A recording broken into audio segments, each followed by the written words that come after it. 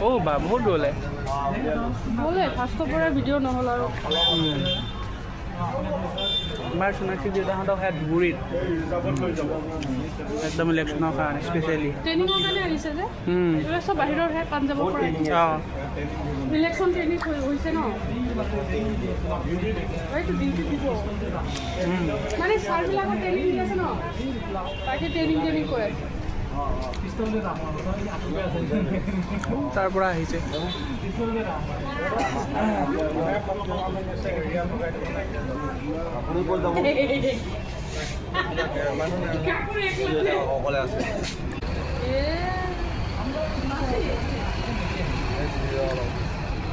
ক'ত লৈ গৈছে বা ৰিজাৰ্ভত লৈ গৈছে মানুহ ইমান ধুনীয়া চাজি